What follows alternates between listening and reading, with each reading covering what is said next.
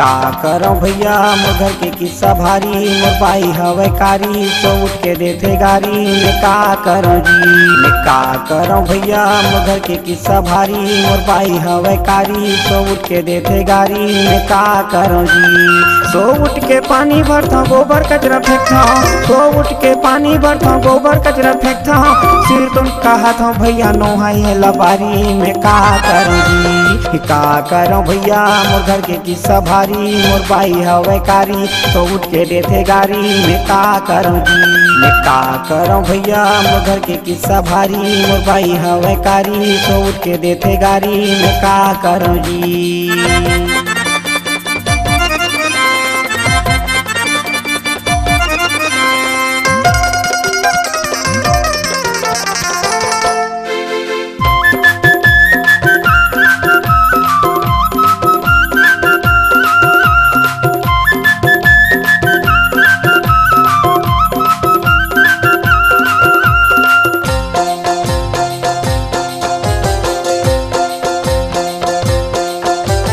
मनहा नहीं मारे त मैं बोल पड़ता भारी,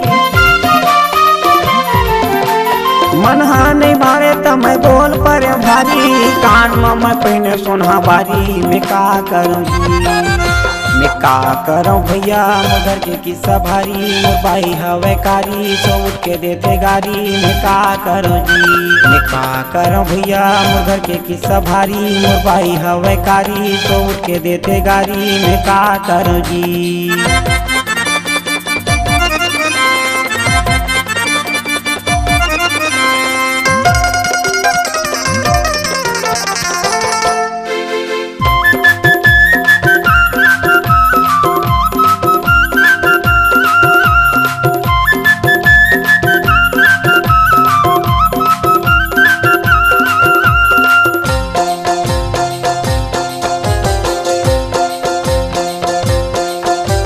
नौजन मोर लइका हवे सो के नहीं उठे,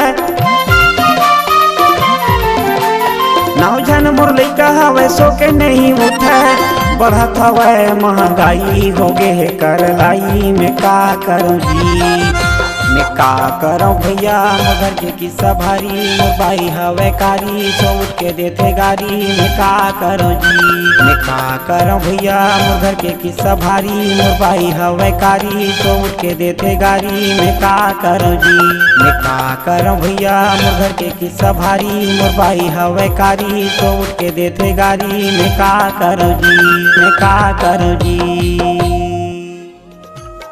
आइए आइए अपनी मधुर आवाज को संगीत की दुनिया में एक नई पहचान बनाने और अपना मुकाम हासिल करने हरिओम स्टूडियो कवर्धा, जहां गूंजते हैं स्वरों का आगाज ऑडियो वीडियो और डिजिटल रिकॉर्डिंग के साथ। हमारा पता है भारत माता हॉस्पिटल के बाजू आदर्श नगर। Mobile number 7389765421।